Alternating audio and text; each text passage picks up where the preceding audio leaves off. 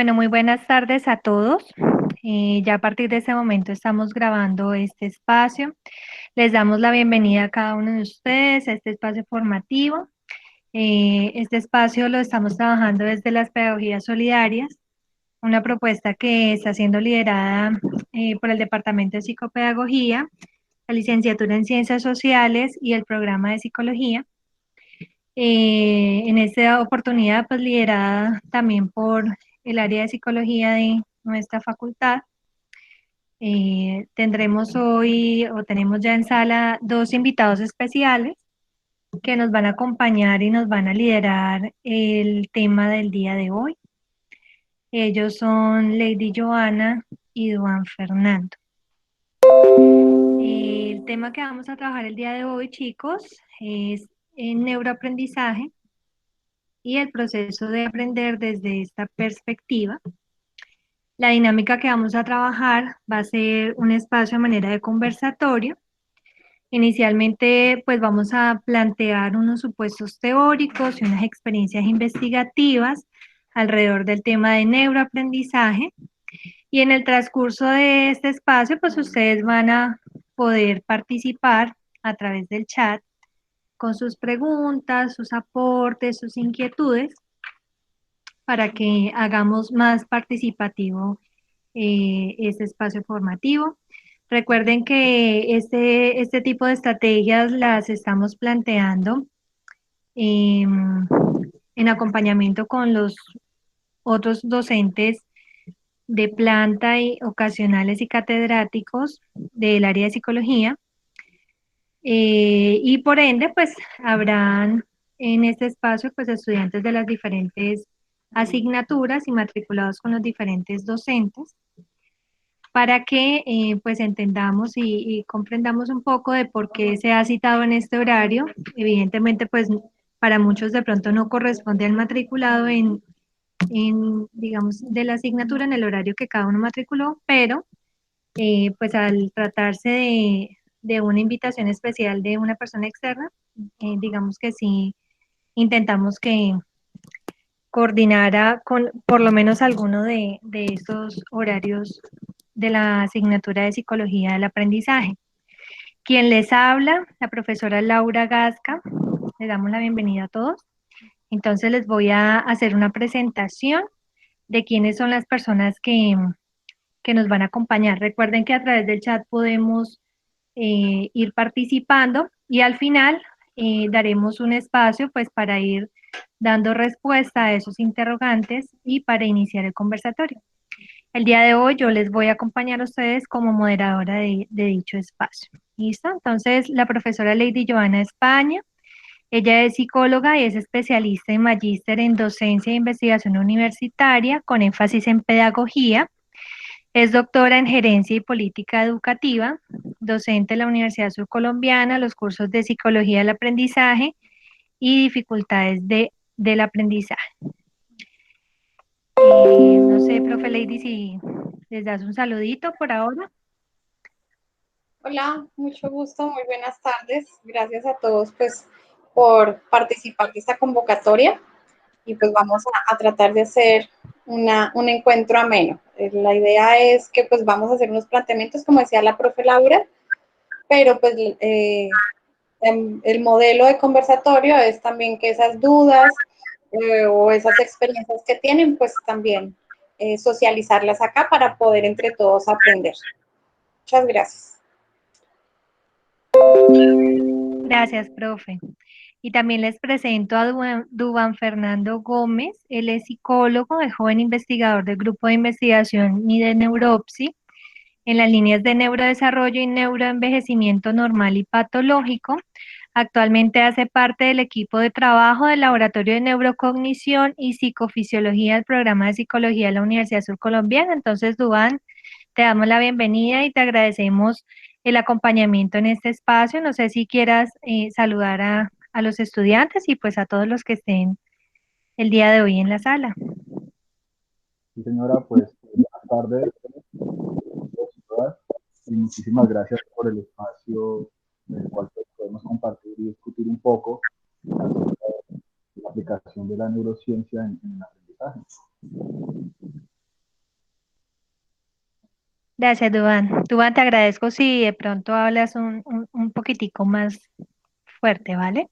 Entonces, chicos, yo los dejo con los dos invitados del día. La idea, pues, es, como les indicaba, yo voy a estar pendiente del chat y voy a estar pendiente de, pues, las inquietudes que cada uno vaya planteando. De igual manera, pues, pueden pedir la palabra y sencillamente se va asignando para darle como una mayor organización a este espacio. Entonces, profe Lady, te cedo la palabra. Muchas gracias por estar aquí. Gracias a todos por estar aquí. Y pues vamos a dar inicio al tema del día de hoy. Bueno, muchas gracias, profe Laura.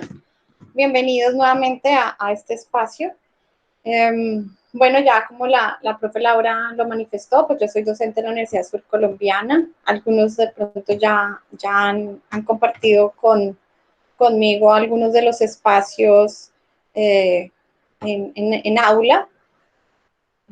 Y pues otros que de pronto pues ya vieron la invitación y pues tienen esa motivación de poder escucharnos. Básicamente el tema de hoy es saber qué es aprendizaje y cómo se aprende desde una perspectiva teórica, que es la del neuroaprendizaje. En el transcurso de los encuentros y bueno, de los que han tenido la oportunidad de desarrollar o de participar en algunos de nuestros encuentros, hemos podido identificar que hay diferentes tipos y diferentes teorías sobre el aprendizaje. Hoy vamos a desarrollar desde esta perspectiva teórica, que es desde la neurociencia cognitiva. Hemos ya retomado lo que es el aprendizaje según teorías conductistas, el aprendizaje desde metodologías activas y desde la cognición o teorías del desarrollo cognitivo. Ahora vamos a adentrarnos en teorías del procesamiento de la información que son estudiadas a partir de la neurociencia cognitiva. La neurociencia cognitiva es una ciencia, su nombre lo indica, que tiene como base de estudio u objeto de estudio la base neuronal para poder estudiar o entender esos fenómenos conscientes de nuestros pensamientos, de nuestras emociones, de nuestras preferencias, conflictos. ¿Por qué lo hablamos desde el neuroaprendizaje? Entonces, un campo de aplicación de esa neurociencia se da en el contexto educativo y en el marco del aprendizaje. El aprendizaje no solamente se reduce en contextos escolares, porque vamos a diferenciar este concepto también. Lo educativo es más amplio y el aprendizaje que lo escolar. Lo escolar hace referencia a un contexto, ¿no es cierto?, de institución. Entonces, de la básica o de educación inicial, ¿no es cierto?, ese contexto como tal. Ahora, el aprendizaje está en todos los fenómenos de nuestra vida. Incluso tenemos aprendizajes a través de memoria filogenética. En un momento vamos a profundizar en ese concepto. Entonces, el aprendizaje, desde que aprendemos a hablar, aprendemos a caminar, a correr, a montar bicicleta, que son las actividades que hacemos a diario, cotidianamente, o también aprendizajes escolares que se dan en ese entorno escolar, ¿no es cierto? Entonces, la neurociencia del aprendizaje tiene como objeto de estudio la relación entre ese sistema nervioso, entender ese sistema nervioso, cómo funciona el cerebro y el aprendizaje y la conducta. Ahora, esto no se da aisladamente, no significa que el sistema nervioso esté aislado del aprendizaje, de la conducta. No, esto es un sistema y como tal funciona, ¿no es cierto? Ahora, esto también depende del entorno. El aprendizaje requiere del entorno, porque el entorno es el que nos permite conocer.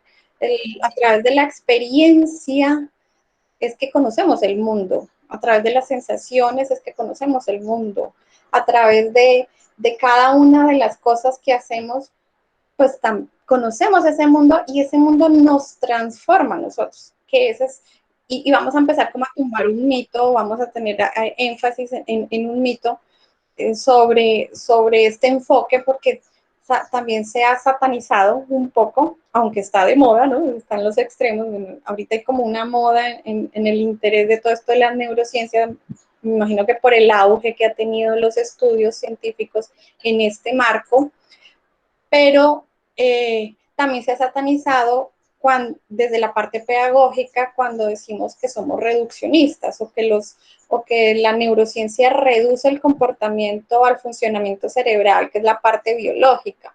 No, o sea, eso es falso, porque como les estoy diciendo, lo cognitivo tiene que ver con el entorno, el aprendizaje tiene que ver con todo.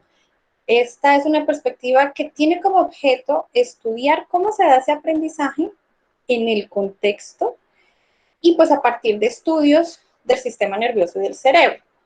Pero pues está hilado, ¿no es cierto? En este sentido, cabe también aclarar que pues no ha sido un proceso de corto tiempo.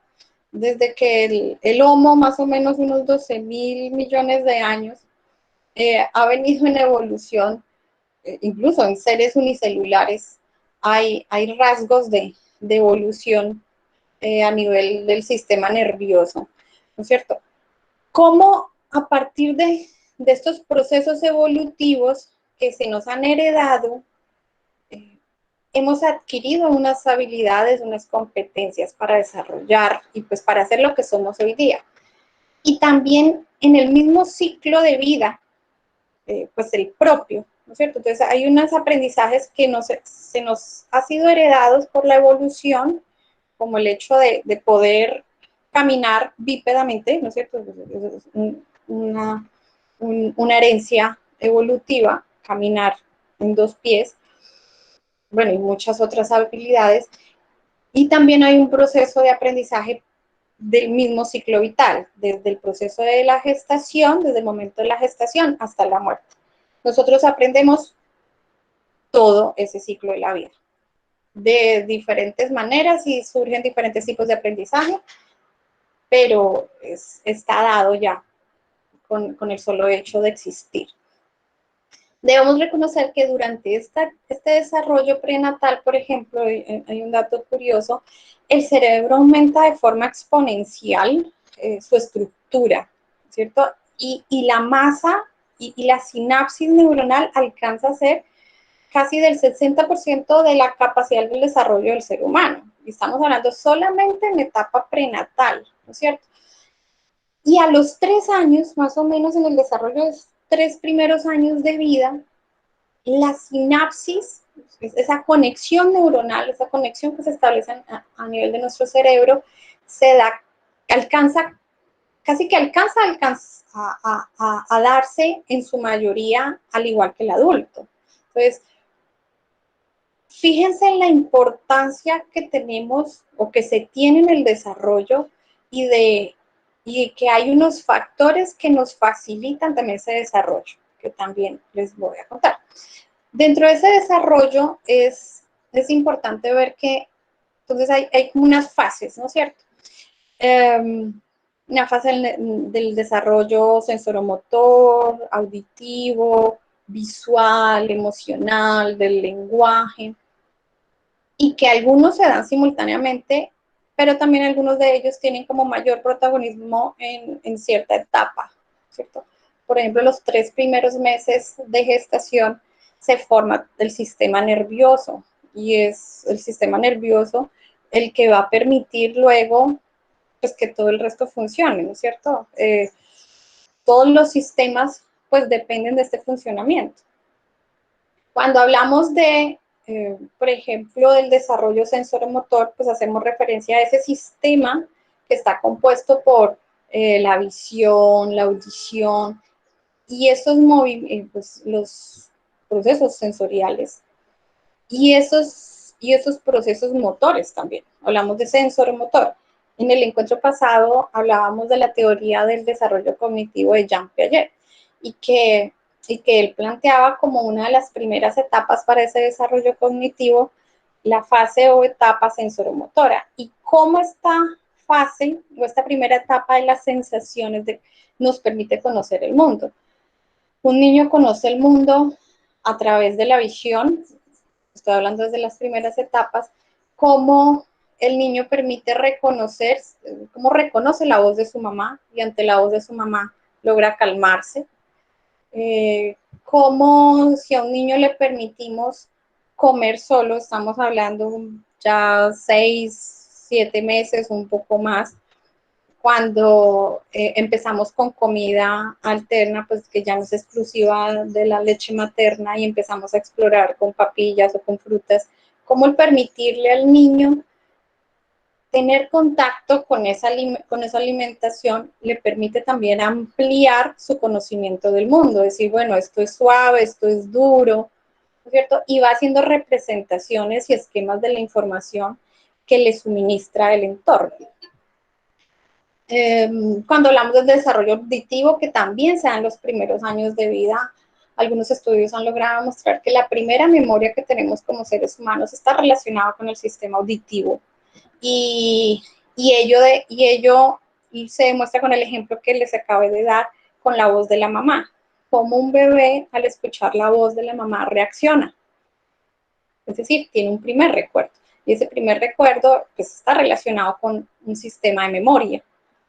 Y se ha dado a través de la sensación auditiva, que es una de las, pues, es de las que se logra explorar en época de gestación o en etapa de gestación. La que no se puede explorar en gestación, pues es la visión. Pero lo que es la parte táctil, motriz y de audición se puede explorar desde la gestación. Y el desarrollo del lenguaje, ¿no? Somos inicialmente visuales y auditivos. Y esas sensaciones visuales y auditivas, el desarrollo y estimulación de esas sensaciones nos permiten desarrollar lenguaje. Pero dicen, bueno, pero el perro que ha sido domesticado, ¿por qué no habla? Bueno, recuerden que tenemos una herencia filogenética, una herencia de especie que nos ha permitido tener esas capacidades y esas habilidades y que con la estimulación del entorno logro potenciar. Que si la mamá le habla claro, pues el niño tendrá mayores posibilidades de hablar y de entender mejor el lenguaje. Entonces, cuando escuchamos hablar a un niño que tiene algún tipo de dificultad en dicción, por ejemplo, o en pronunciación de alguna palabra, pues miremos también cómo habla la familia, la mamá. Tuve una experiencia con uno de mis hijos, ¿no? Iba a una terapia y una terapeuta muy sorprendida de cómo le remitían muchos niños con problemas en el habla, sobre todo la pronunciación de la S. Decía, pero eran muchos niños, una terapeuta del lenguaje. Ella venía de Bogotá y llega y me dice, con el tiempo me di cuenta que es una dificultad cultural, que se ha dado culturalmente, y es que los opitas, o los de esta región huilense, tendemos a cortar la S. ¿Qué más? ¿Cómo está? Entonces, fíjense cómo la cultura y el entorno nos hace a nosotros, pues, desarrollar esas habilidades también del lenguaje. Entonces, ¿qué es eso y cómo se relaciona eso del cerebro con la capacidad de aprender? Hay dos procesos cognitivos que están íntimamente vinculados, que son el proceso de la memorización con el de aprendizaje. Y vamos a desmitificar también otro asunto, y es que en pedagogía dicen, bueno, pero es que no hay que enseñar de memoria, ¿no es cierto? Pero es que a toda hora la memoria es mala, hay que darles a los niños otras herramientas. De acuerdo, en eso no hay discusión. Pero es que la memoria es implícita al proceso de aprendizaje. Sin memoria no hay aprendizaje. Y sin emoción tampoco hay aprendizaje. Sin emoción tampoco hay atención. ¿No? Ni siquiera ponemos atención a ese tema. Entonces, estos procesos están todos arraigados, son todos juntos. El uno depende del otro. Ahora, no es la cuestión de que la memoria sea mala y desmitifiquemos eso. Es que la memoria es necesaria para que haya aprendizaje.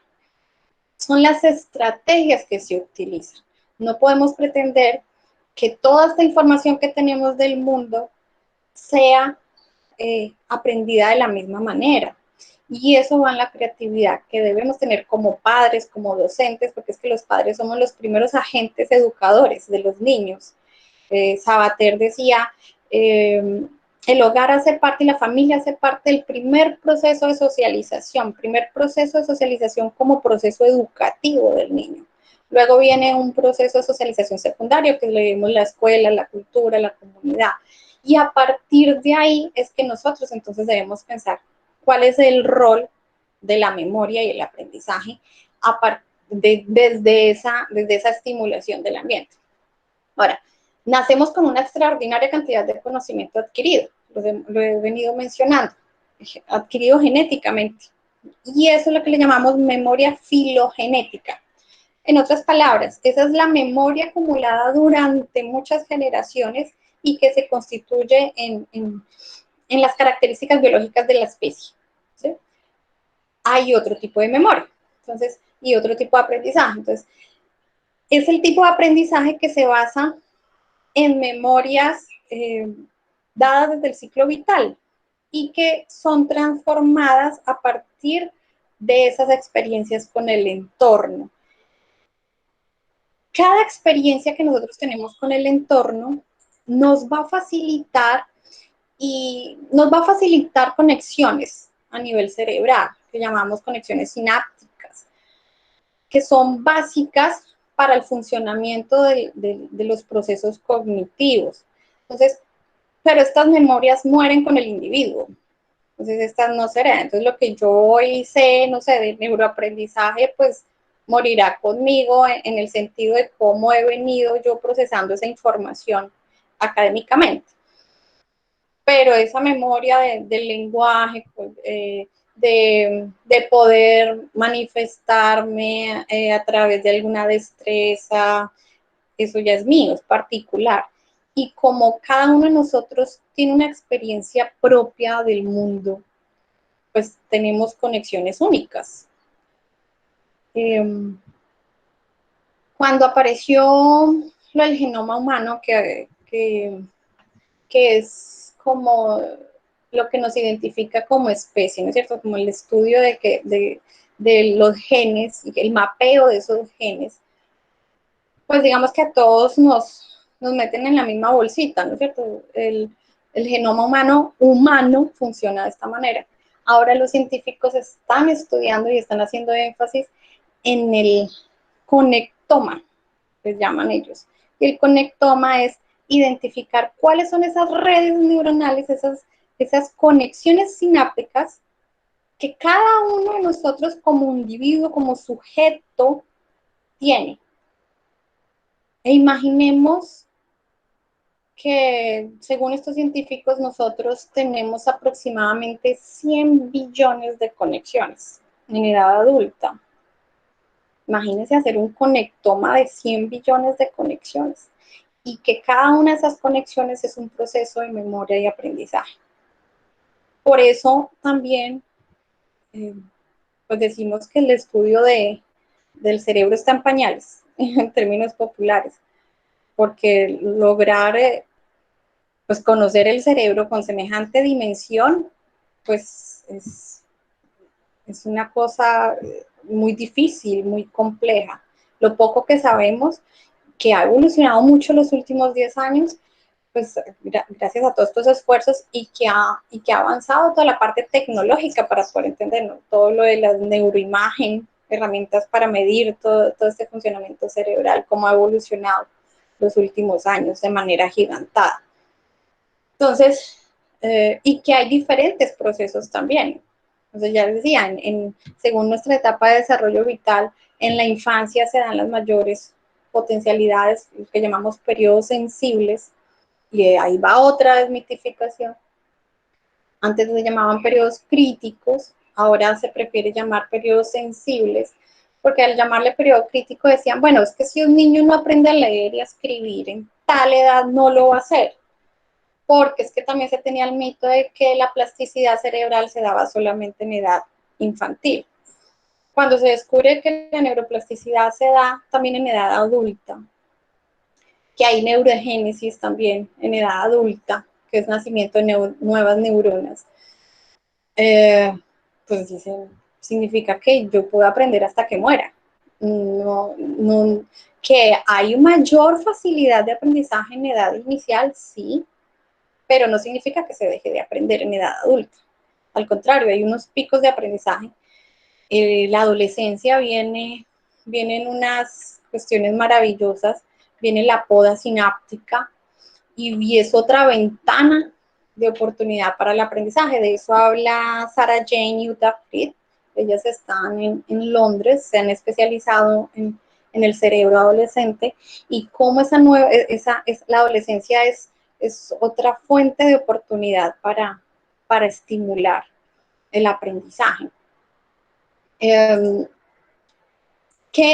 Entonces, ¿cómo podemos decir que aprendemos? Ya lo he venido diciendo. El aprendizaje se da en la medida que tenemos información del medio, que tenemos la oportunidad de conocer el medio ambiente, el entorno, de poder experimentar. Y hay diferentes formas de hacerlo. ¿Cómo se da? Entonces, a partir de la formación de esa sinapsis, cuando yo exploro la realidad y tengo esa experiencia de la realidad, hay una nueva conexión sináptica. Esto también puede ocurrir a partir de desaprender, ¿sí? Entonces, cuando yo me doy cuenta que lo que pensaba no era eso que pensaba, y a través de la reflexión, por ejemplo, o de la imaginación, me doy la oportunidad de reconstruir, ¿cierto? Entonces, esa conexión inicial que no es tan fuerte o que no me es útil ya, pues eso se puede reconstruir. No sé si ustedes vieron la película de Intensamente cuando mostraban como cómo funcionaba ahí la memoria. Ahí hablaban sobre todo de la memoria emocional, pero es más o menos eso, hay como una depuración y tenemos la oportunidad de desaprender y aprender nuevamente. Y también lo hacemos entonces a través de diferentes procesos. Podemos explicar, por ejemplo, que el proceso del aprendizaje se da inicialmente cuando la información proviene del medio ambiente. Ahora, esa información proveniente del medio ambiente la captamos gracias a las sensaciones, ¿no es cierto? Lo que es la visión, la audición, pues la motricidad. Y esta información luego es enviada y procesada a nuestro cerebro, básicamente en el tálamo, y es llevada a unas áreas especializadas a nivel cerebral. Entonces, por ejemplo, si la estimulación del medio ambiente es visual, es decir, los estímulos son visuales, pues es una información que se va a depositar en el área occipital o lóbulo occipital. Entonces hay unas áreas especializadas, se hace casi que simultáneamente. Luego el procesamiento como tal, hay una impresión general de esa información, por eso se llama teoría del procesamiento de la información, que queda disponible ahí ¿para qué? Para la evaluación emocional. Entonces, a mí me gustó mucho un concepto que da Tirapu de las emociones, y es que él dice que las emociones primero se piensan y luego se sienten. Me dice, ¿pero cómo? ¿Acaso las emociones no es sentir? No es un impulso, no es una reacción. Entonces, si lo miramos desde ese sentido que estamos hablando del proceso del aprendizaje, tiene razón. Porque vamos a hacer un ejemplo. Le tenemos fobia a una rata o a un ratón. Para poder haber creado una fobia, pues se tuvo que haber tenido una experiencia con ese ratón para que le tenga fobia. Que al verlo le produzca miedo o le produzca asco, que son dos emociones, miedo y asco. Entonces yo veo un ratón y me produce miedo y asco. Pero, ¿por qué le produce miedo y asco? Porque usted primero estableció una representación mental de ese objeto o de ese estímulo que es el ratón. Y eso fue lo que quedó, esa impresión sensorial fue la que quedó en su memoria. ¿Sí? Y esa evaluación de esa memoria es, digamos que de ese proceso, pues también influye en otras áreas que son áreas subcorticales del cerebro y la amígdala, que la amígdala es la que nos permite ese procesamiento. Y esa información es enviada luego entonces al hipocampo, donde finalmente se evalúa y se mantiene por un tiempo. Si ve que nosotros funcionamos, y ojo que esto es clave para procesos educativos, si ve que esta información es clave, útil, la usamos permanentemente o la necesitamos usar, luego es distribuida a áreas más especializadas para que permanezca de manera permanente. Y ahí es cuando entonces nosotros podemos hablar de que aprendemos. Entonces, todo lo anterior tiene que ver con sensaciones, impresión, representaciones mentales, ideas y memoria a corto plazo, porque hasta cuando llegamos al hipocampo todavía es una memoria a corto plazo, pero cuando el hipocampo envía información a corteza cerebral, la corteza cerebral son áreas más especializadas y donde entonces podemos hablar de que hay ya un aprendizaje. ¿Cómo se explica el aprendizaje desde acá? Ya lo dije también, y es a partir de una conexión, de una nueva conexión, y esa nueva conexión me lleva a una ramificación de conexiones, y cuando me doy cuenta hay una arbolización de conexiones a raíz de una sola cosa. Vamos a hablar de mi cara. Entonces, los que me conocen, entonces, bueno, ya saben que mi cara, mi cuerpo es de tal manera, la asocian con mi voz, así no me vean la cara, con escuchar la voz, ya tienen una imagen mía, un recuerdo mío. De tanto verme, pues ya estoy más representado en sus imágenes o en sus representaciones mentales, ¿no es cierto? Lo mismo sucede con todos los estímulos, dependiendo de eso, pues ya decimos que hay una asociación de un estímulo con que se ha hecho, que está ya permeado por la memoria y que a partir de eso ya aprendieron sobre mí. Entonces, cuando escuchen mi voz en cualquier momento, ya la asocian y hacen un proceso de evocación y saben que soy yo y no es otra persona. ¿Sí? Entonces, todo este proceso inicial de memorización, pues se da más rápido, pero el proceso de aprendizaje es más lento por lo que les acabo de explicar. Por ende, no podemos pretender que con una sola vez es suficiente para que un niño aprenda algo o un joven aprenda algo. Si estamos hablando que la memoria y el aprendizaje están totalmente vinculados, significa que necesitamos de la repetición, de la asociación de las cosas, porque esa es otra clave, tener la oportunidad de asociar elementos. Y aquí voy a hacer referencia a lo que decía Ausubel, de aprendizaje significativo. Ausubel es cognitivista. Y es que es la oportunidad de conectar una nueva información con una información previa, una que ya tenemos nosotros depositada. En esa medida me es más fácil aprender, cuando tengo la oportunidad de asociar. Yo siempre pues pongo un ejemplo para el aprendizaje de nombres. Entonces, si, no sé, me presentan una nueva persona y dice, bueno, mucho gusto, me llamo Carlos. Digo, se llama igual que mi hermano. Asocié una nueva información con una información previa. Esa nueva persona que me están presentando, que se llama Carlos, pues no la voy a olvidar porque se llama igual que mi hermano. Entonces, ahí sí una conexión. Entonces, cuando soy consciente de la asociación de la información nueva con la información previa, que es un proceso de asociación, de relación de esas dos informaciones, me es más fácil evocar, responder o hallar la respuesta. Ay, ¿recuerda tal persona que le presenté tal día? ¿Cómo es que se llama? Sí, claro, yo sé cómo se llama, me lo presentó hace un mes. ¿Por qué? Porque lo asocié y sabía con qué lo estaba asociando. Fui consciente de ese proceso de relación o asociación. La memoria, uno de los procesos más complejos, realmente esto no está terminado, lo que les digo, estamos en pañales todavía, aunque tenemos mucha información, hay más preguntas que respuestas sobre la memoria. Es importante saber que no hay una única memoria, hay diferentes tipos de memoria, y que como hay diferentes tipos de memoria y diferentes tipos de aprendizaje, como el mundo es diverso, hay diferentes maneras de aprender, de asociar, de relacionar. Recordemos que tenemos también diferentes fuentes para conocer el mundo, que son las sensaciones, la motricidad, y como tal son recursos que cada uno de nosotros tiene. unos son más visuales, de pronto para una técnica de estudio, para mí es mejor hacerlo haciendo un mapa mental, un mapa conceptual, que haciendo un resumen de todo. Otros que son más auditivos, al leer repiten y leen 2 veces y leen en voz alta, porque es que al leer en voz alta se están escuchando, entonces permiten memorizar mucho más, se les facilita mucho más la recordación de eso. Entonces, hay un autor que me gusta mucho que es Francisco Mora. Francisco Mora, él es un neurocientífico y él habla de el racimo de las memorias. Y él la divide como en 2 grandes grupos.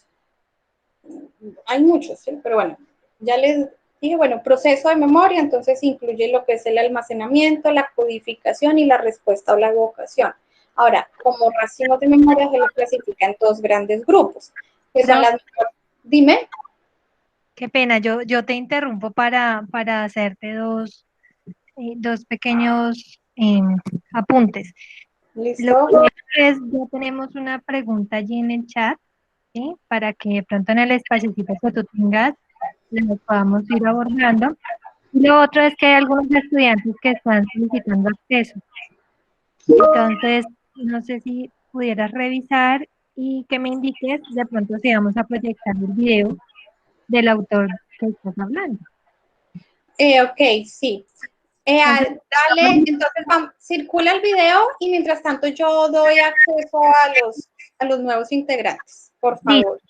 Entonces, para que porfa me le indiquen a los estudiantes que están pendientes de ingresar, que vuelvan a intentar, ¿vale? Entonces, chicos, vamos a proyectar un video precisamente del autor que nos está hablando la profesora Lady, que tiene mucho que ver con lo último que vimos del tema de Piaget, ¿no? Estamos como en la misma perspectiva. Y recuerden que Piaget hablaba de 2 procesos, que es asimilación y acomodación, ¿cierto? Que es como los nuevos estímulos, ¿cierto? Del medio, yo los empiezo a procesar en la medida de la información que yo ya tengo, ¿no? En el momento en que de pronto no encuentro un esquema mental que corresponda, pues sencillamente se hace un proceso de adquisición que se denomina aprendizaje. Entonces, vamos a ver el video, chicos. Les voy a proyectar, que tiene que ver con el tema que nos está planteando la profe Lady. El autor Francisco Mora es neurocientífico y nos va a hablar acerca de las neurociencias, perdón, neuroeducación. Entonces, por favor, me confirma si están bien. Sí. Listo. Me confirman si escuchan, ¿vale? Intentar enseñar sin conocer cómo funciona el cerebro será algo así como intentar diseñar un guante sin nunca antes haber visto una mano.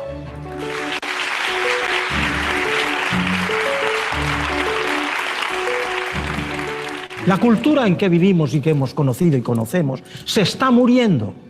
Está naciendo una nueva cultura, la cultura neuro, que significa el darnos cuenta que el ser humano, lo que es el ser humano, lo que siente, lo que cree, lo que piensa, lo que hace, y en ello está evidentemente aprender y memorizar, es producto del funcionamiento del cerebro. La importancia, por tanto, de ello es trascendente. Pero es tan nuevo que es discutido todavía. Hay docentes de prestigio que todavía en este momento dicen es que no es tampoco tan necesario hablar del cerebro. Yo puedo explicar lo mismo sin apelar al cerebro. Yo digo que por lo menos la neuroeducación hay que aplicarla ya, aunque solo sea, o aunque solo fuere, para atajar, destruir lo que son, y ustedes y vosotros habéis oído hablar de ello, los mitos, neuromitos o falsas verdades. Hoy todo el mundo habla del cerebro, porque es la referencia importante, más allá de la filosofía. Es lo que nos aporta datos constatados. Y cuando hablamos así, hablamos de que podemos hablar de la memoria, del aprendizaje y de la memoria. Podemos hablar, insisto y lo repito, de valores y normas. Pero podemos hablar ya con fundamento de lo que significa y el valor que tiene la atención. Por ejemplo, el ejemplo más paradigmático del valor que puede tener la neuroeducación es para habernos dado cuenta, en un tema tan debatido como es ¿cuándo comienza un niño a leer? ¿A los 3 años? Evidentemente no. ¿El niño que, sin embargo, tarda hasta los 7 años? Evidentemente no. Se estima por observación que el niño en general de un colegio a los 5 años, 6 años ya está listo para aprender a leer. Pero no todos. ¿En qué se fundamenta ahora que la neuroeducación pueda decir algo? En que sabemos que áreas fundamentales del cerebro, como es el área 23 y 44, en fin, áreas de Broad, ciertas áreas del cerebro, la corteza parietal posterior y la temporal superior, hay un área en donde la esencia de la lectura está en transformar el grafema en fonema. Si eso no ocurre, se lee muy mal o cuesta mucho. O hay que acudir a expandir los circuitos en otras áreas que cuesta sangre, que quiere decir castigo, quiere decir desazón, quiere decir malestar del niño al aprender. Y aprender algo, si hay que aprenderlo bien, hay que hacerlo con alegría. ¿Qué es cuando se aprende? Es cuando te da gusto. Eso se logra en la lectura a partir de los 6-7 años. ¿Por qué? Porque esas áreas ya sabemos ahora que han terminado de formarse los circuitos sinápticos y además aislar los axones con mielina para que la información vaya con nitidez. Enseña a un niño de 7 años a leer y te lo hace en 3 semanas. Frente al niño que sí tiene y no está preparado porque tiene inmaduras esas áreas a los 4, no solo hay que castigarlo, es que hay que atacarlo en el sentido de venga que no tal. Y esto ha presentado siempre problemas muy grandes. ¿Por qué el niño de 3, de 6, de 4 o 5 años de mi vecina sí ha aprendido a leer y en mi mismo colegio el mío no? ¿Es que el mío es más tonto o es que el maestro es tonto? Pues no, se puede deber, y de hecho es cuando ocurre normalmente, a que esas áreas no están maduras en uno y en el otro sí. Esa es la versatilidad y la división. Eso es lo que como ejemplo pongo para decir que neuroeducación es importante que comencemos.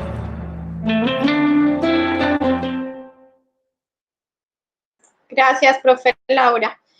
Voy a cerrar con una idea y le doy paso a Dubán. Con base a lo que está diciendo. No sé si la podamos abordar antes de que continúes. Hay una pregunta en el chat. ¿Sí? Yo creo que mejor al final, ¿te parece? Que hacemos todas las preguntas. Listo. Vale, gracias. Este tema y hace referencia a lo que dice Francisco Mora sobre entender cómo funciona el cerebro para aplicarlo en el campo educativo. Entonces, fíjense que él hablaba de la capacidad de aprender a leer. Sarah Jane, Uta Fried, Francisco Mora, todos ellos han hablado de cómo el proceso de lectura se da y se facilita después de los 6 años. Y fíjense que en edades inicial o en preescolar ya se pretende que el niño lea y escriba. Bueno, eso sería otra discusión. Lo que quiero hacer referencia es que hay algunas formas de aprender que facilitan estos procesos y que son importantes entenderlas para poder ayudar como docentes o como pedagogos a que ese aprendizaje se facilite. Es el aprendizaje memorístico, ya también al principio decía, desmitificar que es que la memoria es mala o enseñar con la memoria es mala, no, es que la memoria hace parte del proceso de aprendizaje. Lo que pasa es que hay que saber con qué estrategias y qué tipo de memoria queremos, ¿no es cierto? Si es desde un aprendizaje más significativo. Y es lo que hablaba Ausberg, que les conté. El aprendizaje mediante el uso de la imaginación es ver con la imaginación. Por eso estos procesos de imaginería, todo lo que es con los niños en edad escolar, con los jóvenes, llevarlos y transportarlos desde su imaginación también se aprende. Entonces dicen, es una pérdida de tiempo. No, no es una pérdida de tiempo. La lectura requiere de un proceso de imaginación. Imaginarnos el autor o el protagonista del texto, los mapas mentales, todo hace parte de un proceso de la imaginación. Incluso hay terapia con la imaginación. Y grandes deportistas primero fortalecen procesos de imaginación para poder planificar. Incluso se ha demostrado también que el solo hecho de imaginarse bailando, por ejemplo, o o jugando un tipo de deporte que practique, activa las mismas áreas cerebrales como si lo estuviera haciendo. Y el otro proceso, otra forma de aprender es a través de la imitación, que es una de las que más se ha venido hablando y que vamos a hablar también más adelante cuando hablemos de aprendizaje social desde la teoría de la cognición social. Entonces yo dejo ahí como la abrebocas y pues yo sé que luego van a venir muchas preguntas. Duván nos va a aterrizar un poco de cómo estos procesos se pueden aplicar en contextos educativos. Qué pena, Duván, que me pasé un poquito. Tranquila, profe, yo quisiera conocer inicialmente si se escucha bien mi audio, porque ahora rato tenía inconvenientes con el micrófono. Ya se escucha mejor. Ya se escucha mejor. Vale, listo, muchísimas gracias.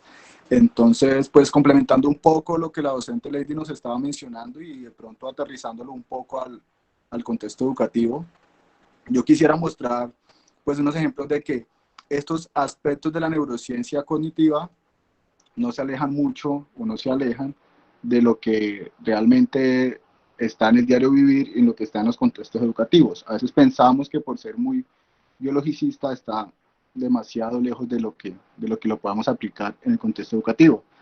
Entonces, inicialmente, bueno, las neurociencias como un metamodelo, entiéndase metamodelo como ese conjunto de diferentes ciencias que estudian el sistema nervioso central, considero yo que podría ser un instrumento de conocimiento para el docente. Es decir, que le podría brindar unas herramientas de trabajo en el aula. De pronto pensarían, bueno, ¿y por qué las neurociencias? Porque las neurociencias, específicamente las neurociencias cognitivas, son las que nos explican cómo la actividad del cerebro se relaciona con lo que es la conducta y el aprendizaje. También pues podría surgir la duda de herramientas para qué. Principalmente porque la neurociencia nos permite poder identificar o tener explicaciones, tener un escenario diferente donde podamos saber que la razón por la cual se nos están presentando diferentes dificultades en el aula. Dificultades a nivel cognitivo, por ejemplo, en el rendimiento académico, relacionado directamente con dificultades en el aprendizaje, todo lo que tiene que ver con la parte social, en las habilidades sociales, relacionado con lo que es la convivencia escolar y lo que mencionaba la profesora Lady, relacionado con la cognición social. Y por otro lado, pues toda la parte emocional o motivacional del estudiante. Esto nos permite poder entender al estudiante en el aula de clase, pues como hablamos muchas veces en psicología, como un ser biopsicosocial. Entonces, en el primer ejemplo que está relacionado con el aprendizaje, los elementos que mencionaba la profesora Lady, considero que nos permiten dar respuesta a muchos interrogantes que a veces nos surgen. Por ejemplo, cómo el cerebro determina lo que realmente es importante, cómo el cerebro aprende, almacena y recupera esta información, que era lo que nos explicaba la docente con la parte de memoria, cómo el cerebro procesa la información y además resuelve estos problemas, cómo poder vincular actividades que sean cognitivas, físicas y sensoriales, cómo explorar las diferentes vías para aprender, cómo matizar los aprendizajes con emociones positivas y en general poder entender el funcionamiento de todos los procesos cognitivos, de todos los procesos psicológicos, específicamente los que están relacionados con el lenguaje, la memoria y la atención. Entonces, en este ejemplo del aprendizaje, ya la profesora Lady nos explicaba cómo el cerebro aprende, ¿no? Cómo es este recorrido a nivel cerebral y cómo se distribuye en áreas especializadas.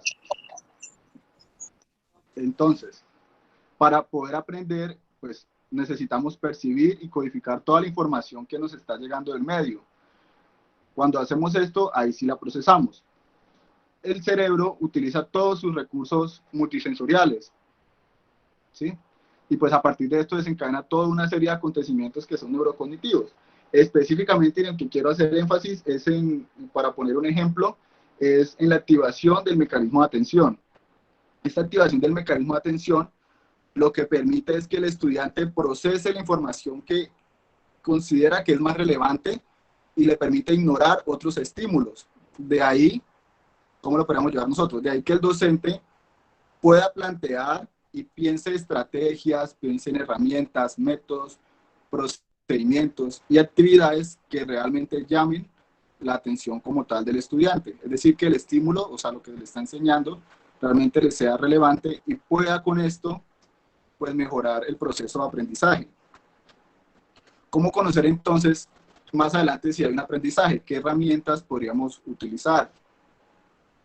Podríamos utilizar, por ejemplo, la retroalimentación. Este es un excelente recurso. Podríamos escuchar a los estudiantes, realizar pequeños ejercicios para evaluar, entre comillas, pero no nombrarlos como una evaluación, sino como una actividad que permita conocer que realmente están entendiendo el tema que se está trabajando y además que ese aprendizaje que tiene lo puedan aplicar a algo en particular, ¿no? Que ese aprendizaje no esté desligado, no esté, ¿sí? de algo práctico. Todo esto pues le indica al docente como unos indicadores de cuánto conocimiento existe en el alumno y de qué forma pudieron ellos y si esa estrategia que están utilizando realmente es buena para el proceso de aprendizaje. Ejemplos de actividades que se pueden utilizar cuando se hacen discusiones grupales, debates de una lectura, en el caso de hoy que estamos haciendo un conversatorio, utilizar algo que se llama aprendizaje implícito, que es utilizar metáforas, realizar proyectos, juegos, experiencias, dramatizaciones, son como algunos de los ejemplos para facilitar este aprendizaje. Un segundo ejemplo donde se podría tener la neurociencia cognitiva en el aula es en un término que se llama neuronas espejo y aprendizaje por imitación, que también la profe al final nombró algo pequeño sobre eso, ¿sí? Este término nos muestra cómo el conocimiento científico, ¿sí?, nos puede brindar un nuevo escenario en la educación. ¿Por qué conocimiento científico? Pues que este término fue descubierto por allá en los años 90 por Giacomo Rizzolatti y sus colaboradores, que encontraron que los seres humanos tenían algo que se llamaba neuronas espejo y que estas neuronas espejo pues nos permitían comprender el aprendizaje por imitación, emulación y además lo que se conoce como la empatía. Es decir, que las neuronas espejos permiten que el individuo lleve acciones motoras sin pensar en ellas, en cierto modo automatizadas, ¿sí? Comprende las acciones sin necesidad de razonarlas, es decir, que es un aprendizaje por imitación. Entonces, ¿cómo actúan? Entonces, en el observador, o sea, en el estudiante actúa como un sistema que permite de manera automática, llamémoslo así, la comprensión de las acciones de los otros. Por consiguiente, el estudiante puede experimentar lo que se conoce como empatía, la parte afectiva, la teoría de la mente o la empatía cognitiva y el aprendizaje de emulación. Cuando hablamos de este ejemplo de neuronas espejo, estamos hablando principalmente como de la génesis del aprendizaje por imitación, por ejemplo, de gestos, posturas, expresiones verbales y no verbales. ¿Sí? Basado en lo anteriormente mencionado,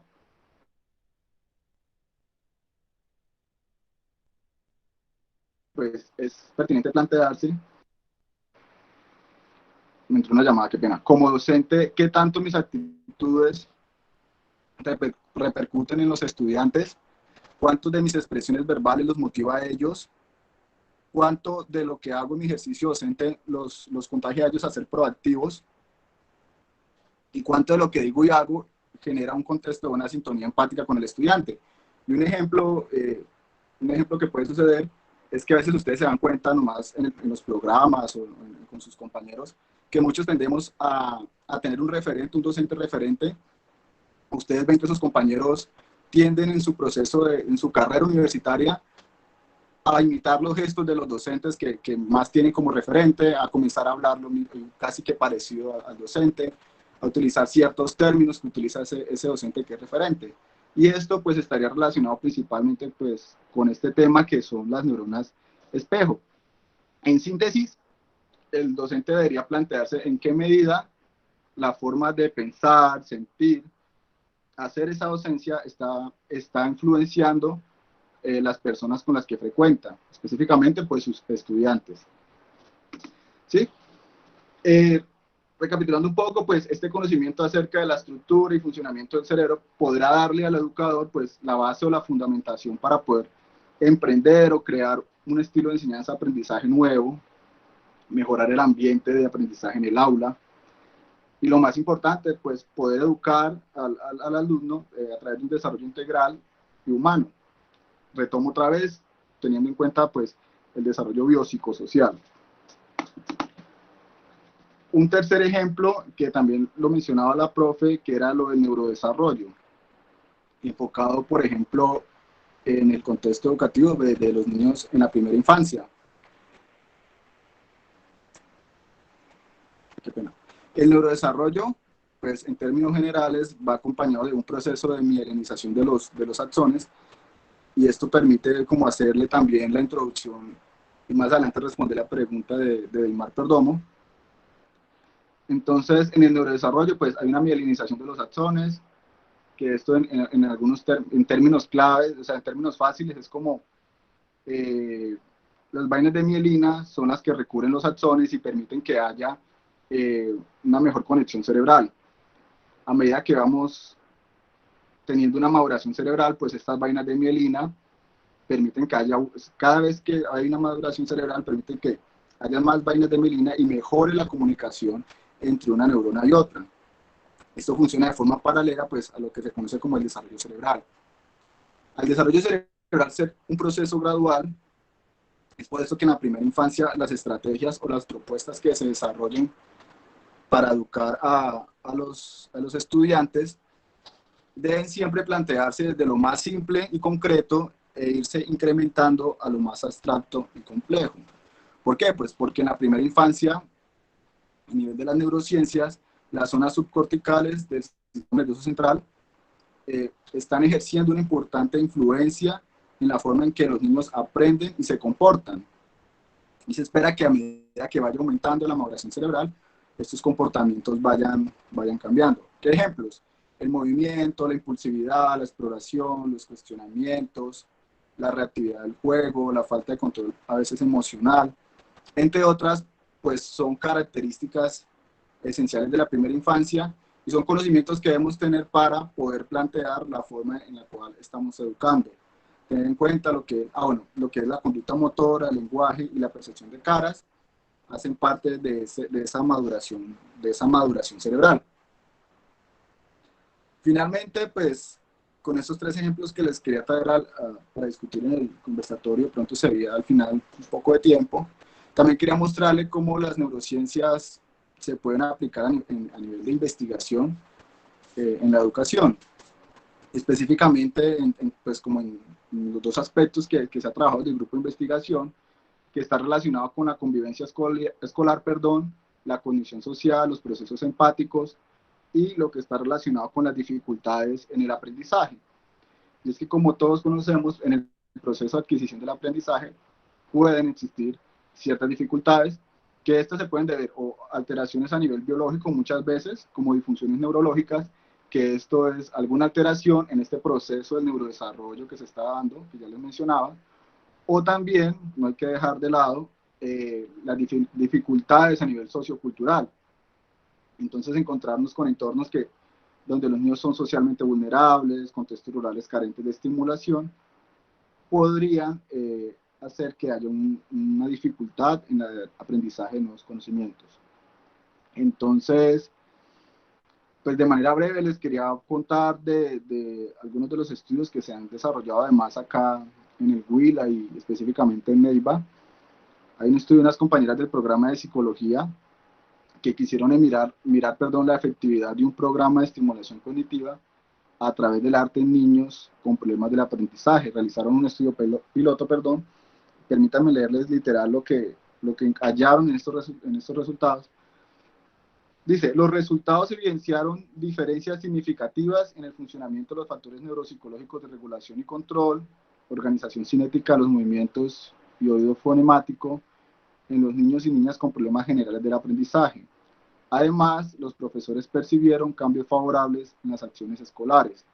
Estos hallazgos sugieren que el programa de estimulación cognitiva a través de artes plásticas, que fue el que ellas crearon y desarrollaron, ejerció un efecto positivo en la actividad de aprendizaje en el contexto educativo de los niños. Un ejemplo de cómo se puede desarrollar, además de a través del arte.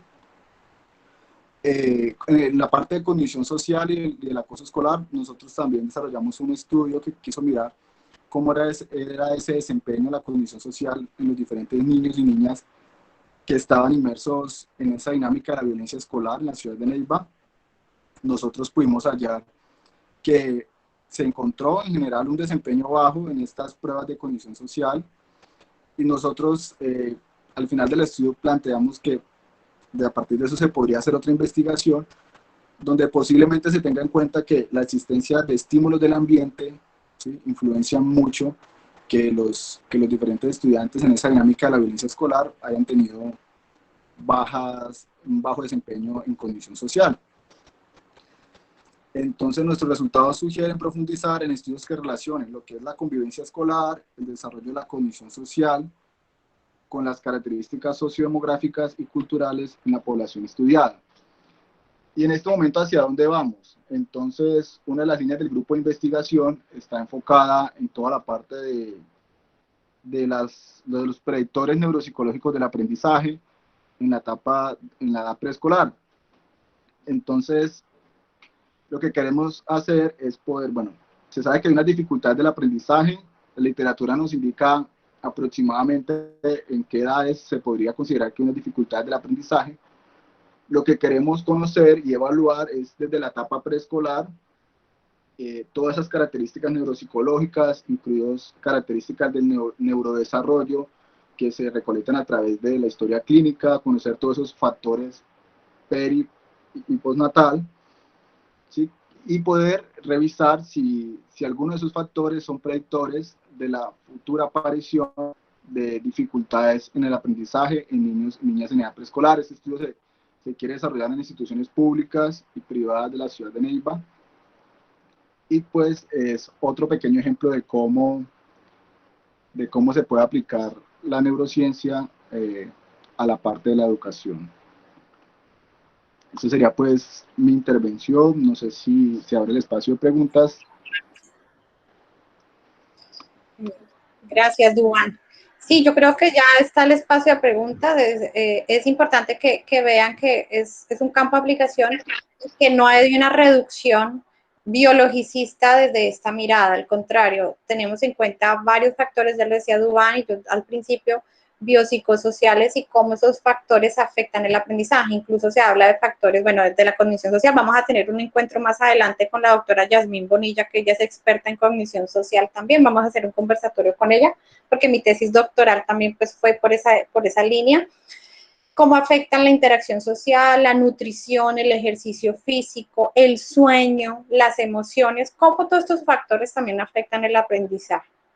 Entonces, listo. Espacio de preguntas. Profe, yo quisiera responder la pregunta de Deymar. Ah, sí, dale, porfa. Dice, ¿qué pasa en el caso de las personas mayores, los cuales empiezan algunos con problemas de Alzheimer? Yo les decía en lo que les estaba mencionando que hablábamos de un proceso de neurodesarrollo, ¿cierto? En el caso de los adultos, bueno, el proceso de neurodesarrollo, la profe me corregirá, se dice que más o menos hasta los 18, 25 años se va terminando lo que tiene que ver con la mielinización. Pero entonces en el caso de los adultos, y específicamente los adultos mayores, casi que sucede lo contrario. En vez de haber un neurodesarrollo, lo que sucede a nivel cerebral es que hay un proceso de neuroenvejecimiento. Y nosotros hablamos de crecimiento, que muchas veces ese neuroenvejecimiento puede ser a nivel patológico o puede darse pues normal, porque hacemos ese proceso en la vida, ¿no?, de desarrollo. ¿Qué pasa específicamente en la enfermedad de Alzheimer? La enfermedad de Alzheimer es un proceso de neuroenvejecimiento patológico, ¿sí? Hay diferentes estudios que han querido mirar, pues, cuál es la etiología, qué es lo que causa que haya este problema de memoria en la enfermedad de Alzheimer. Se hablan de diferentes factores de riesgo, ¿sí? Específicamente, hablando a nivel biologicista, por así decirlo, se dice que hay una aparición de una proteína, bueno, que se llama la beta-amiloide, que se sintetiza a partir de una proteína precursora que es la amiloidea. En términos claros, esta proteína, yo hablaba de que había un proceso de mielinización en el neurodesarrollo que permitía que hubiera una mejor conexión cerebral, ¿cierto?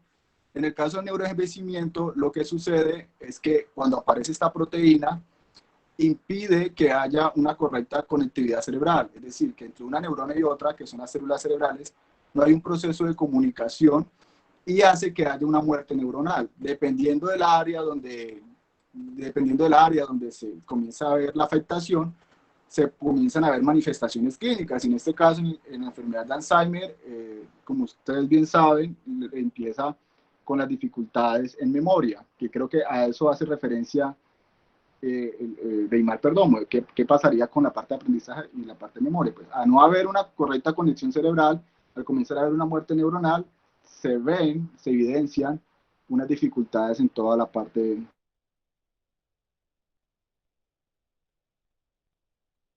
clínica y del diario vivir. La pregunta de Dimar, qué pena que es que me entran llamadas y de pronto se me corta la comunicación. Tranquilo. Claro, muchas gracias. Entendí muy bien toda la cuestión de mi pregunta. Bueno. Otra pregunta. Dice, ya, aquí dice Ángela, ¿en Colombia existe algún marco normativo que reconozca los procesos de maduración cerebral para la creación de los currículos educativos? Pues tal como un marco normativo, no, pero sí está dado en el sentido de cuando hablamos de la educación inicial, lo de estimulación, lo de 0 a siempre, no sé si recuerdan, es un programa nacional que aterriza a nivel nacional porque realmente viene pues de instancias mundiales, es reconocer todo este proceso integral del desarrollo y del neurodesarrollo tan importante que se da en la primera infancia. Y por eso entonces se habla de la importancia de la educación inicial y la estimulación a nivel educativa de todos los procesos educativos en esta edad. Ahora, estamos cayendo en errores y es pretender, y lo mencionó Francisco Mora, que un niño de 4 años lea. Es antinatura, a no ser que el niño de pronto de manera